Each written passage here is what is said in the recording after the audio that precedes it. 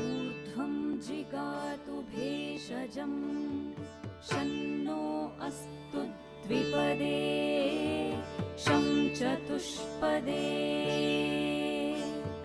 स्वस्तिर्मानुषेभ्यः ऊर्ध्वं जिगातु भेषजं शन्नो अस्तु द्विपदे शं चतुष्पदे स्वस्तिर्मानुषेभ्यः ऊर्ध्वं जिगातु भेषजं शन्नो अस्तु द्विपदे शं चतुष्पदे स्वस्तिर्मानुषेभ्यः ऊर्ध्वं जिगातु भेषजं शन्नो अस्तु द्विपदे शं चतुष्पदे स्वस्तिर्मानुषेभ्यः ऊर्ध्वं जिगातु भेषजं शन्नो अस्तु द्विपदे शं चतुष्पदे स्वस्तिर्मानुषेभ्यः ऊर्ध्वं जिगातु भेषजं शन्नो अस्तु द्विपदे शं चतुष्पदे स्वस्तिर्मानुषेभ्यः ऊर्ध्वं जिगातु भेषजं शन्नो अस्तु द्विपदे शं चतुष्पदे स्वस्तिर्मानुषेभ्यः ऊर्ध्वं जिगातु भेषजं शन्नो अस्तु द्विपदे शं चतुष्पदे स्वस्तिर्मानुषेभ्यः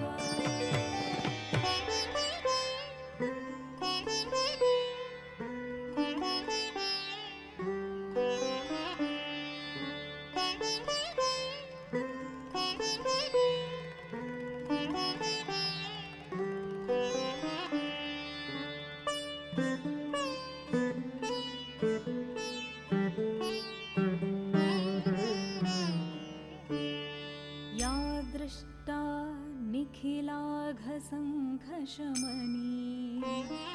स्पृष्टा वपुः पावनी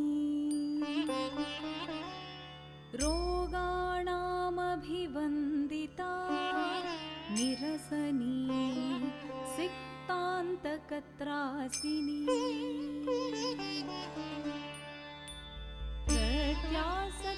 प्रत्यासक्तिविधायिनी भगवतः कृष्णस्य संरोपिता न्यस्ता तच्चरणे विमुक्तिफलदा तस्यै तुलस्यै नमः तुलस्यै नमः तुलस्यै नमः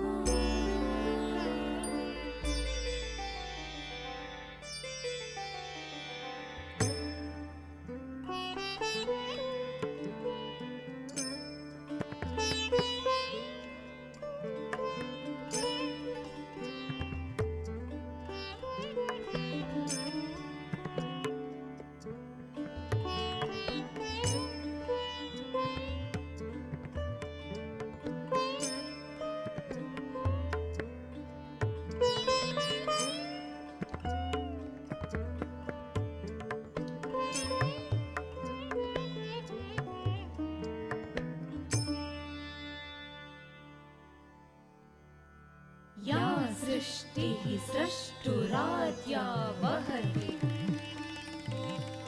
विधिहुतं या हविर्या च होत्री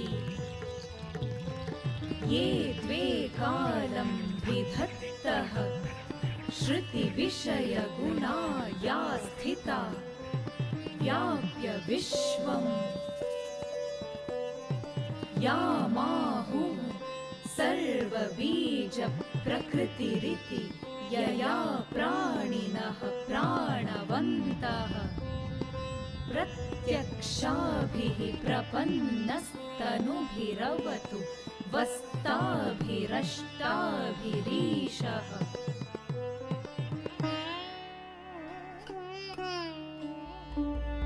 ऊर्ध्वं जिगातु भेषजं शन्नो अस्तु द्विपदे शं चतुष्पदे स्वस्तिर्मानुषेभ्यः।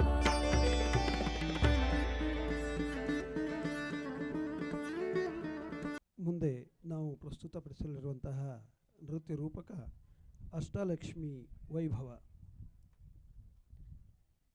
ನಮ್ಮ ಎಲ್ಲ ಸಮೃದ್ಧಿಗಳನ್ನು ಲಕ್ಷ್ಮೀ ರೂಪದಲ್ಲಿ ಕಾಣಿಸುವುದು ನಮ್ಮ ಒಂದು ಸಂಸ್ಕೃತಿ. ನಮ್ಮ ಸೌಕರ್ಯಗಳನ್ನು ಸಂಪತ್ತನ್ನು ಲಕ್ಷ್ಮೀ ರೂಪದಲ್ಲಿ ನೋಡ್ತೀವಿ. ಸಾಮಾನ್ಯವಾಗಿ ಹರಿಸೋರು ಕೂಡ ಅಷ್ಟಲಕ್ಷ್ಮಿ ಅಷ್ಟೈಶ್ವರ್ಯ ಪ್ರಾಪ್ತಿಯಾಗಲಿ ಅಂತ ಹೇಳ್ತಾರೆ. ಆ ಯಾವ ಲಕ್ಷ್ಮಿ ಏನನ್ನು ಕೊಡ್ತಾಳೆ ಅನ್ನುವಂತಹ ವಿವರವನ್ನು ಈ ನೃತ್ಯ ರೂಪಕದಲ್ಲಿ ತೋರಿಸಲಾಗುತ್ತದೆ. ಮೊದಲಿಗೆ ಆದಿಲಕ್ಷ್ಮಿ. ಸಮುದ್ರ ಮಥನ ಕಾಲದಲ್ಲಿ ಸಮುದ್ರದಿಂದ ಉದ್ಭವಿಸಿ ಬಂದಂತಹ ಆದಿಲಕ್ಷ್ಮಿ ವಿಷ್ಣುವನ್ನು ವರಿಸಿ ಅವನ ವಕ್ಷಸ್ಥಲದಲ್ಲಿ ನೆಲೆಯಾಗ್ತಾಳೆ. ನಂತರ ಧಾನ್ಯಲಕ್ಷ್ಮಿ. ನಾವು ಬೆಳೆದಿರುವಂತಹ ಬೆಳೆಯನ್ನು ಕೂಡ ನಾವು ಪೂಜಿಸ್ತೀವಿ, ಲಕ್ಷ್ಮೀ ಸ್ವರೂಪದಲ್ಲಿ ನೋಡ್ತೀವಿ. ಯಾಕೆಂದರೆ ಅನ್ನ ಅನ್ನುವುದು ಒಂದು ದೇವರೇ ಸರಿ, ಅದೊಂದು ಲಕ್ಷ್ಮಿಯೇ ಸರಿ.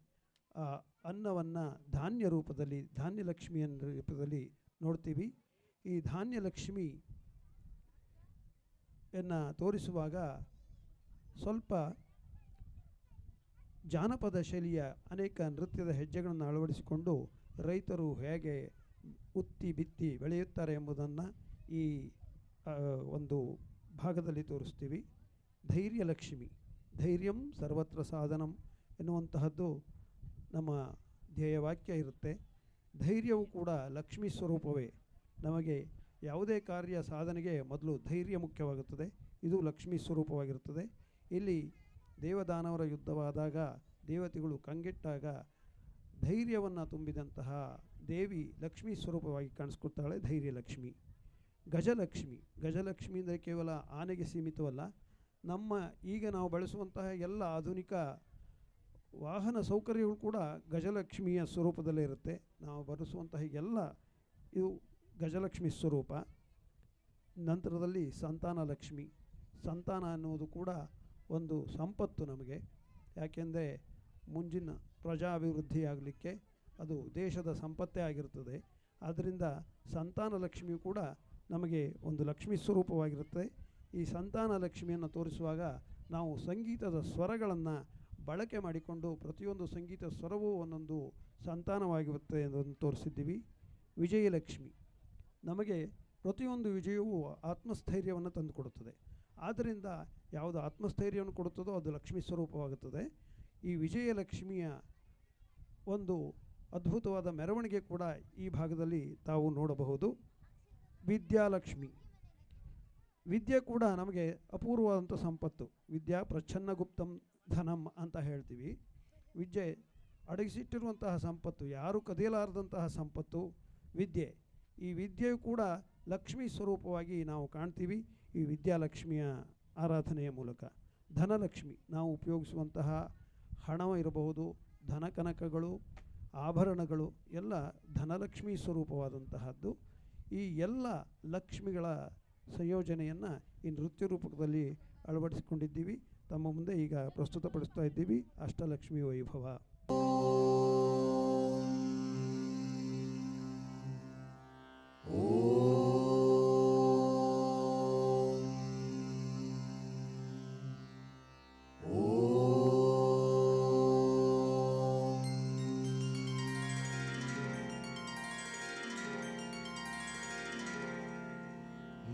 नमस्तेस्तु महामाये श्रीपीठे सुरपूजिते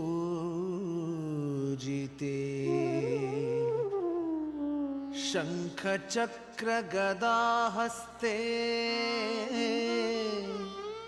महालक्ष्मी नमोऽस्तु ते। महालक्ष्मी नमोऽस्तु ते। महालक्ष्मी नमोऽस्तु ते।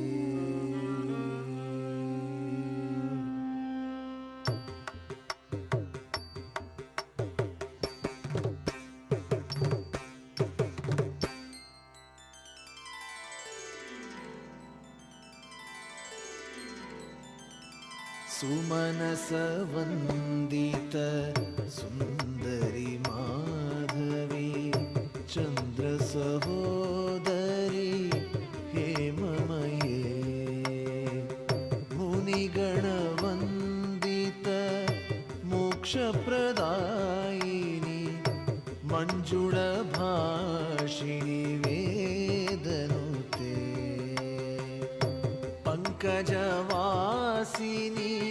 देवसुपूजित सद्गुणवर्षिणि शान्तियुते। जय जय हे मधुसूदन कामिनी आदिलक्ष्मी परिपालय माम्। आदिलक्ष्मी परिपालय माम्।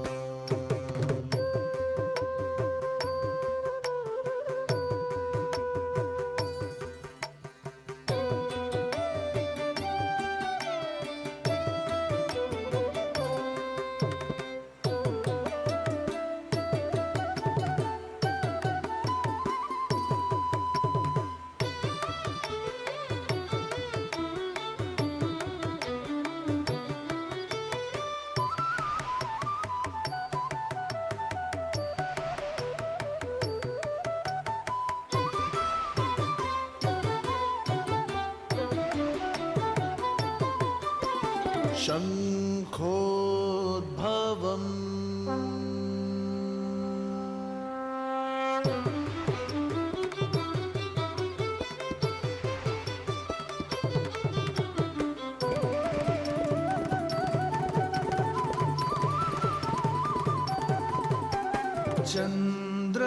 चन्द्रमोद्भवम्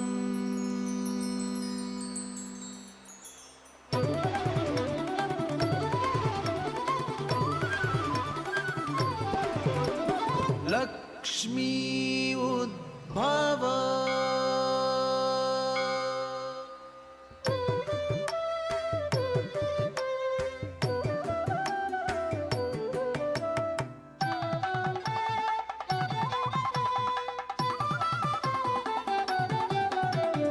आदिलक्ष्मी परिपालय माम्।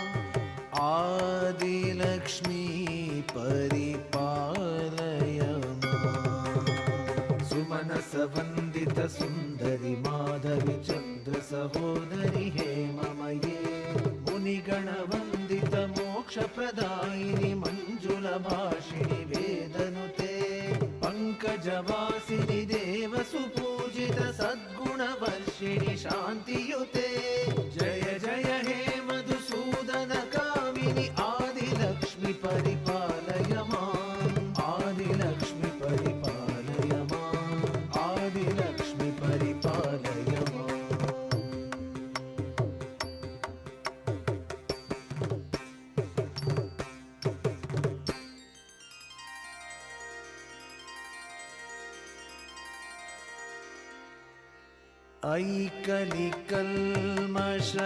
ऐकलिकल्मषनाशिनि कामिनि वैदिकरूपिणि वेदमये क्षीरसमुद्भव मङ्गलरूपिणि मन्त्रनिवासिनि ಮಂತ್ರನುತೆ ಮಂಗಳದಾಯಿನಿ ಅಂಬುಜವಾಸಿನಿ ದೇವಗಣಾಶ್ರಿತ ಪಾದಯುತೆ ಜಯ ಜಯ ಹೇ ಮಧುಸೂದನ ಕಾಮಿನಿ ಧಾನ್ಯಲಕ್ಷ್ಮೀ ಪರಿಪಾಲಯ ಮಾಂ ಧಾನ್ಯಲಕ್ಷ್ಮೀ ಪರಿಪಾಲಯ ಮಾಂ.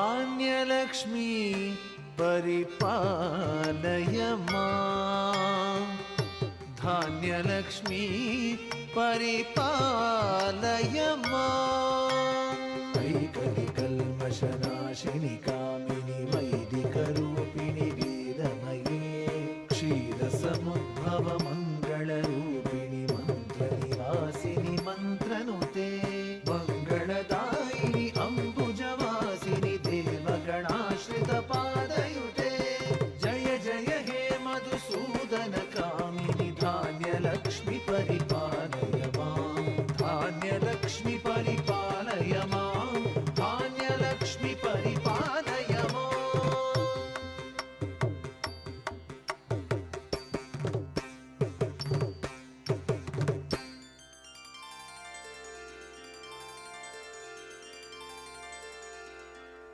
जय वरवर्षिणि वैष्णवी भार्गवी मन्त्रस्वरूपिणि मन्त्रमये सुरगणपूजित शीघ्रफलप्रद ज्ञानविकासिनि शास्त्रनुते भवभयहारिणि पापविमोचनि साधुजनाश्रित पादयुते जय जय हे मधुसूदन कामिनि धैर्यलक्ष्मी परिपालय मां धैर्यलक्ष्मी परिपालय मां.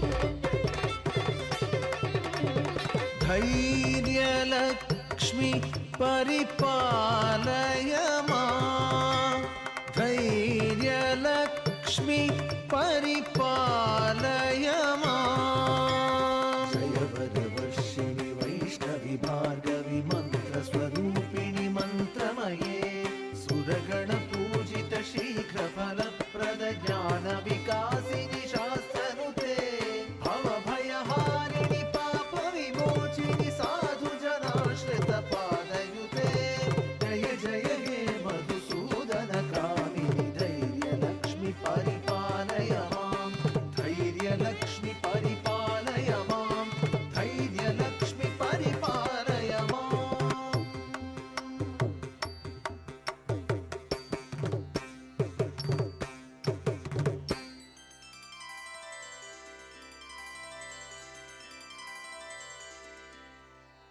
जय जय दुर्गतिनाशिनि कामिनि सर्वफलप्रद शास्त्रमये रथगजतुरग पदाति समावृत परिजनमण्डित लोकनुते हरिहर ब्रह्म सुपूजित सेवित तापनिवारिणि पादयुते जय जय हे मधुसूदन कामिनि गजलक्ष्मी रूपेण पालय मां गजलक्ष्मी रूपेण पालय मां रथ गज तुरग पदाति समावृत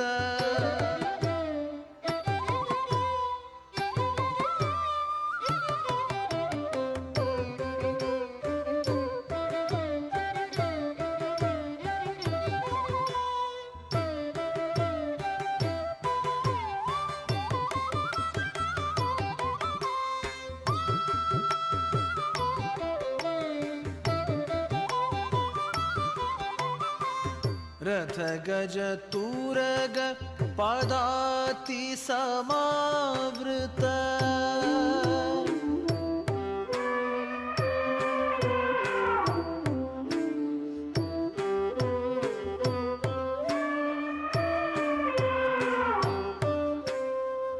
रथ गज तुरग पदाति समावृत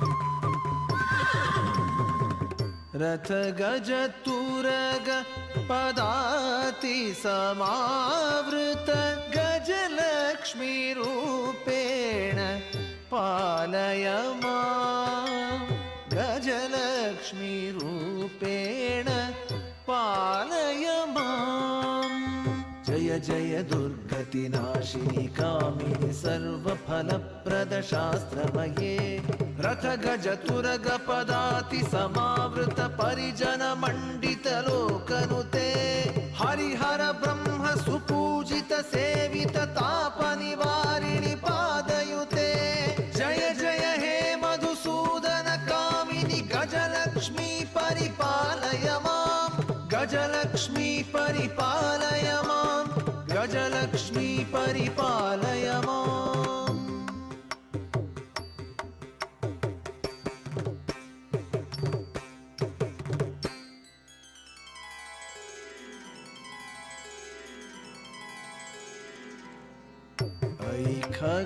खगवाहिनी मोहिनी चक्रिणी रागविवर्धिनी ज्ञानमये गुणगणवारिधि लोकहितैषिणी स्वरसप्तभूषित गाननुते सकल सुरासुर देव मुनीश्वर मानव वंदित पादयुते जय जय हे मधुसूदन कामिनि संतान लक्ष्मी त्वं पालय मां संतान लक्ष्मी पालय मां स्वर सप्तभूषित गाननुते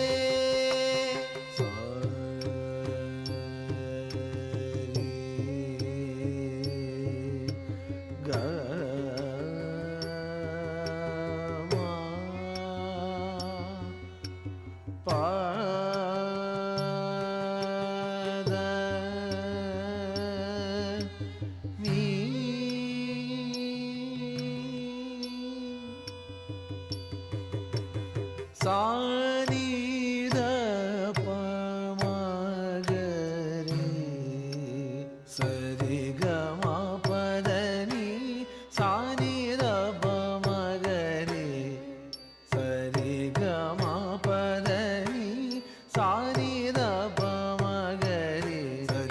ಪದನಿ ಸಾನಿ ದ ಪ ಮಗರಿ ಸರಿ ಗ ಮ ಪದನಿ ಸಾನಿ ದ ಪ ಮಗರಿ ಸರಿ ಗ ಮ ಪದನಿ ಸಾನಿ ದ ಪ ಮಗರಿ ಸ್ವರ ಸಪ್ತಭೂಷಿತ ಗಾನನುತೆ ಸಂತಾನ ಲಕ್ಷ್ಮೀ ತ್ವಂ ಪಾಲಯ ಮಾಂ ಸಂತಾನ ಲಕ್ಷ್ಮೀ ತ್ವಂ ಪಾಲಯ ಮಾಂ ಐಖಗವಾಹಿನಿ ಮೋಹಿನಿ ಚಕ್ರಿಣಿ ರಾಗವಿವರ್ಧಿನಿ ಜ್ಞಾನಮಯೇ ಗುಣಗಣವಾರಿಧಿ ಲೋಕಹಿತೈಷಿಣಿ ಸ್ವರಸಪ್ತಭೂಷಿತ ಗಾನನುತೆ ಸಕಲ ಸುರಾಸುರ ದೇವ ಮುನೀಶ್ವರ ಮಾನವ ವಂದಿತ ಪಾದಯುತೆ ಜಯ ಜಯ ಹೇ ಮಧುಸೂದನ ಕಾಮಿನಿ ಸಂತಾನ ಲಕ್ಷ್ಮೀ ಪಾಲಯ ಮಾಂ ಸಂತಾನ ಲಕ್ಷ್ಮೀ ಪಾಲಯ ಮಾಂ ಸಂತಾನ ಲಕ್ಷ್ಮೀ ಪಾಲಯ ಮಾಂ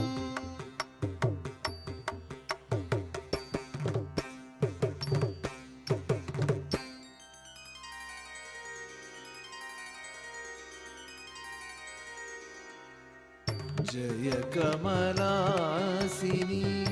सद्गतिदायिनी ज्ञानविकासिनी गानमये अनुदिनमर्चित कुङ्कुमधूसर भूषितवासित वाद्यनुते कनकधरास्तुति वैभववन्दित शङ्कर देशिकमान्यपदे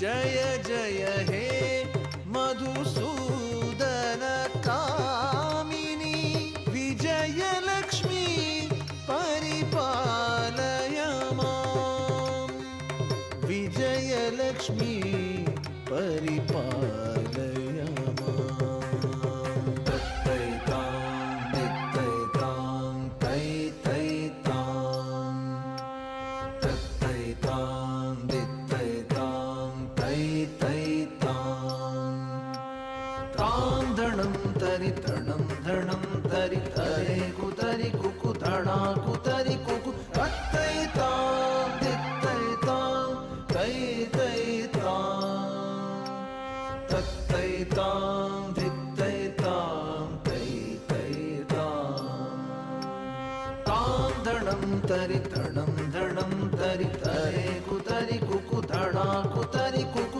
तत्तैतां धित्तैतां तैतैतां तत्तैतां धित्तैतां तैतैतां तां धणं तरि तणं धणं तरि तरे कुतरि कुकु धणा कुतरि कुकु तत्तैतां धित्तैतां तैतैतां तत्तैतां धित्तैतां तैतैतां तैतैतैततकतां तकिटतक तैतैतैततकतां तकिटतक तैतैतैततकतां तकिटतक तैतैतैततकतां तकिटतक तैतैतैततकतां तकिटतक तैतैतैततकतां तकिटतक तैतैतैततकतां तकिटतक तैतैतैततकतां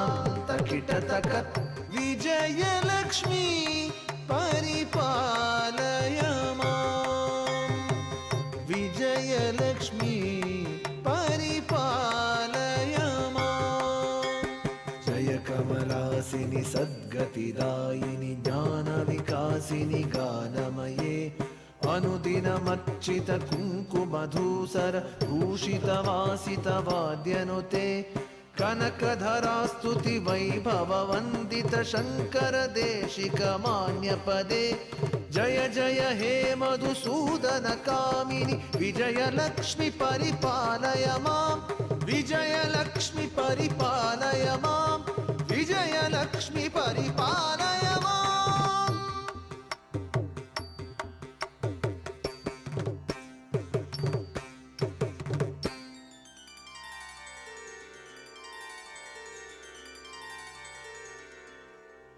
प्रणतसुरेश्वरी भारती भार्गवी शोकविनाशिनी रत्नमये मणिमयभूषित कर्णविभूषण शान्तिसमावृत हास्यमुखे नवनिधिदायिनी कलिमलहारिणी कामितफलप्रद हस्तयुते जय जय हे मधुसूदन कामिनी विद्यालक्ष्मी सदा पालय मां विद्यालक्ष्मी सदा पालय मां सरि मप मरि सरि सरि नि मम प रि म प नि द प मरि सरि मम प द प द प म प मरि रि म प म प द प द रि स स नि नि द द प स नि द प म म रि स सरि म प मरि सरि सरि नि मम प रि म प नि द प मरि सरि मम प द प द प म प मरि रि म प म प द प द रि स स नि नि द द प स नि द प म म रि स विद्यालक्ष्मी सदा पालय मां विद्यालक्ष्मी सदा पालय मां प्रणतसुरेश्वरि भारती भार्गवी शोकविनाशिनि रत्नमये मणिमयभूषित कर्णविभूषण शान्तिसमावृत हास्यमुखे नवनिधिदायिनि कलिमलहारिणि कामितफलप्रद हस्तयुते जय जय हे मधुसूदन कामिनि विद्यालक्ष्मि परिपालय मां विद्यालक्ष्मि परिपालय मां विद्यालक्ष्मि परिपालय मां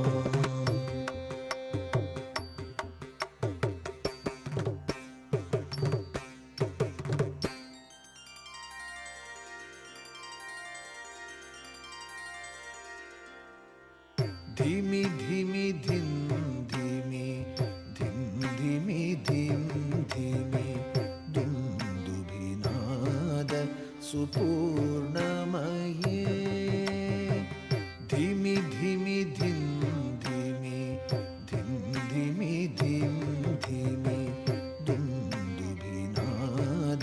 सुपूर्णमये धिमि धिमि ततां धिमि धिमि ततां धिमि धिमि ततां धिमि धिमि तां झण झण ततां झण झण ततां झण झण ततां झण झण तां धिमि धिमि ततां धिमि धिमि तां झण झण ततां झण झण तां धिमि धिमि ततां धिमि धिमि तां झण झण ततां झण झण तां धिमि धिमि झण झण धिमि धिमि झण झण धिमि धिमि झण झण धिमि धिमि झण झण धिमि धिमि झण झण तां धिमि धिमि झण झण तां धिमि धिमि झण झण तां घुम घुम घुम घुम घुम घुम घुम घुम शङ्खनिनाद सुवाद्यनुते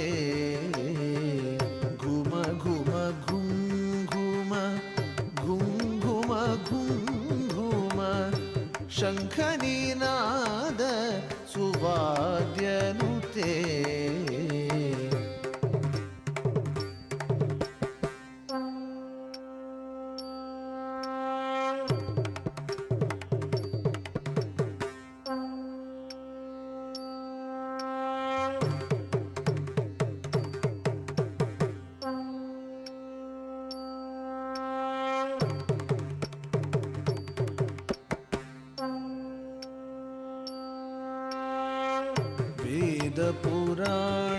वेदपुराणेतिहास सुपूजित वैदिक मार्ग प्रदर्शयुते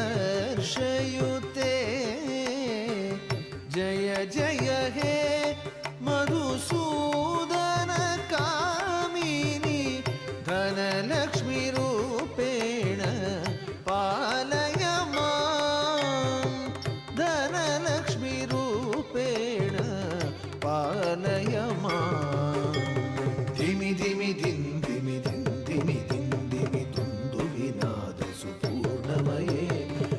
घुम घुम घुम घुम घुम घुम घुम शङ्खनिनाद सुवाद्यनुते वेद पुराणेतिहास सुपूजित वैदिक मार्ग प्रदर्शयुते जय जय हे मधुसूदन कामिनि धनलक्ष्मी परिपालय मां धनलक्ष्मी परिपालय मां धनलक्ष्मी परिपालय मां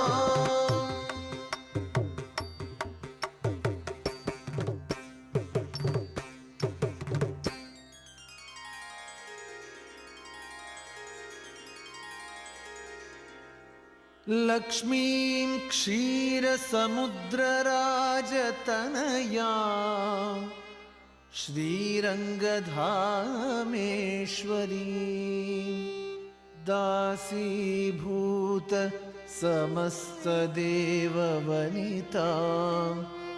लोकैकदीपाङ्कुरा श्रीमन्मन्द कटाक्षलब्ध विभव ब्रह्मेन्द्र गंगाधरा तां त्रैलोक्य कुटुंबिनी सरसिजां वन्दे मुकुंद प्रिया सरसिजां वन्दे मुकुंद प्रिया सरसिजां वन्दे मुकुंद प्रिया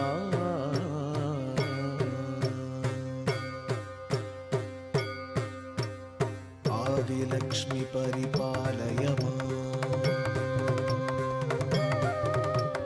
धान्यलक्ष्मी परिपालय मां धैर्यलक्ष्मी परिपालय मां गजलक्ष्मी परिपालय मां संतानलक्ष्मी परिपालय मां विजयलक्ष्मी परिपालय मां विद्यालक्ष्मी परिपालय मां धनलक्ष्मी परिपालय मां अष्टलक्ष्मी परिपालय मां अष्टलक्ष्मी परिपालय मां अष्टलक्ष्मी परिपालय मां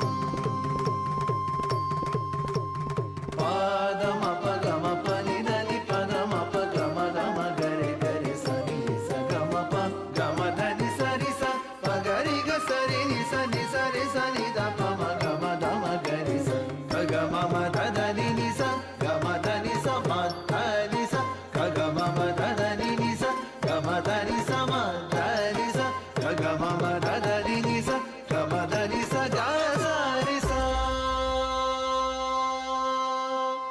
अष्टलक्ष्मी परिपालय मां अष्टलक्ष्मी परिपालय मां अष्टलक्ष्मी परिपालय मां